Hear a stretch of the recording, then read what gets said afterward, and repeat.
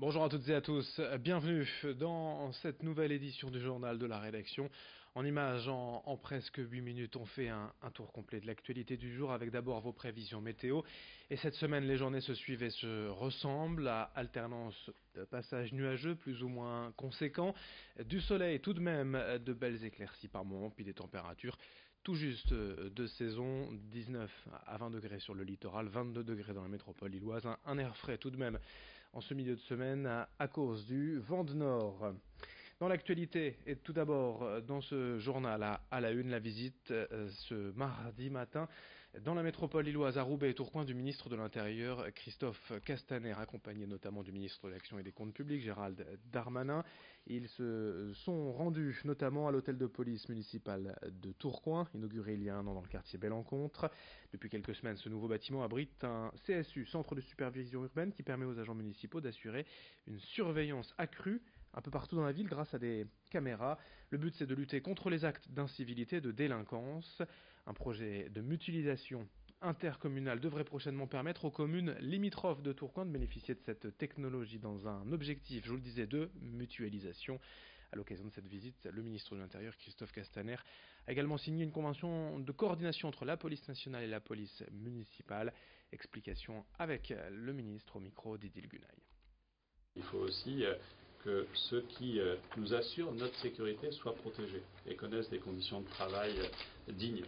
Et ce que je vois ici par l'engagement de la municipalité sous l'impulsion de Gérald, que je connais bien au début du mandat, son impulsion que je connais bien, on voit aussi que vous avez fait un choix. Celui, là encore, de travailler sur la coordination de tous les acteurs, de la prévention, de l'écoute, de l'accueil pour les victimes, mais les acteurs aussi de la sécurité du quotidien incarnés par la police municipale. Mais il faut aussi qu'on porte cela haut et fort, parce que la fierté qu'on a de vous diriger, et là c'est un vous collectif, elle implique aussi des engagements financiers forts pour vos conditions de travail, et ce que je vois ici s'y prête. L'actualité également ce mardi 2 juillet dans la métropole lilloise. C'est la mise en garde à vue du président de la métropole européenne de Lille, Damien Castelin, depuis ce mardi 9h. Il est avec son directeur général des services de l'AMEL, Bruno Cassette, interrogé dans le cadre d'une enquête pour détournement de fonds publics. Le président de l'AMEL est soupçonné d'avoir effectué des achats personnels avec l'argent de la communauté urbaine, en l'occurrence des costumes, parfums, hammams ou encore nuits d'hôtel à Paris. Dans cette édition, également la grève des services des urgences hospitalières aujourd'hui en France et dans la région. Depuis plusieurs mois déjà, les personnels dénoncent le manque de moyens humains et matériels à l'hôpital et particulièrement aux urgences. Dans certains hôpitaux, les services maternité et gériatrie d'ailleurs se joignent au mouvement, tout comme le SMUR. Les syndicats appellent l'ensemble des personnels hospitaliers à une grève reconductible. Les services de Lille, Roubaix, Wattrelos, Seclin, Saint-Omer, Calais, Boulogne sont ainsi mobilisés aujourd'hui via des rassemblements devant les hôpitaux, mais aussi des affiches et des tracts distribués aux patients. Explication complémentaire au micro d'Idil Gunaï. On pense qu'en plus ça va être l'été et que ça va amplifier tous les problèmes qu'il y a à l'hôpital. Et les problèmes qu'on découvre aux urgences en réalité, c'est les problèmes de l'arrivée à l'hôpital et de trouver des places dans l'hôpital. Donc les urgences, c'est un symptôme, on va dire, de ce qui se passe chez nous. C'est pour ça qu'on a élargi ce préavis de grève à tous les personnels de l'hôpital et du CHU de Lille. Mais on n'est pas les seuls, hein. On a des collègues qui ont appelé chacun dans leurs établissements ici dans le Nord. Et on sait que l'été est beaucoup plus catastrophique parce que les températures, parce que la canicule, parce que les départs en vacances des familles font que les personnes sont plus isolées. Donc les collègues des urgences sont déjà dans la panade, quasiment de manière chronique à longueur d'année, mais sur les périodes de vacances et les périodes de vacances d'été, on sait que ça va être encore plus catastrophique. À peine la saison estivale entamée, les vacances aussi peut-être pour certains et déjà plusieurs drames et cas de noyades à déplorer sur les plages de la région, particulièrement ce week-end au Touquet avec 2 jeunes hommes d'une vingtaine d'années malheureusement décédés. À Ambleteuse et à Dunkerque, heureusement les baigneurs en détresse ont pu être secourus à temps. À chaque fois, c'est le phénomène des bâches sur la plage qui est en cause, des cuvettes qui se remplissent d'eau lors de la marée montante, entourant rapidement les baigneurs imprudents. Ces bâches se forment partout, à chaque marée, elles sont facilement repérables et reconnaissables lorsque la mer est basse. Il faut s'en méfier en revanche quand l'eau remonte. Explication avec un professeur de kitesurf au Touquet qui connaît bien le phénomène, David Buff, joint par téléphone. La solution, c'est comme dans beaucoup de choses, c'est d'anticiper. c'est que ça sert à rien d'aller poser le transat ou d'aller se mettre sa serviette au bord de l'eau. Surtout quand la mer monte et que la mer est forcément basse et on marche, on devine bien ces cuvettes.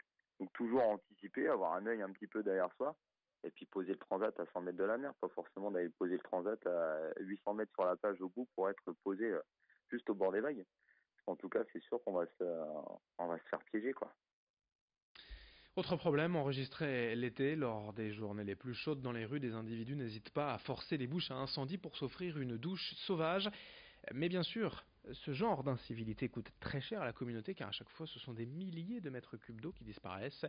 L'activité des pompiers peut également s'en retrouver mise à mal en cas de débit restreint ou quand le fournisseur d'eau décide tout simplement de couper l'arrivée d'eau pour éviter justement que ces bouches à incendie ne soient entravées.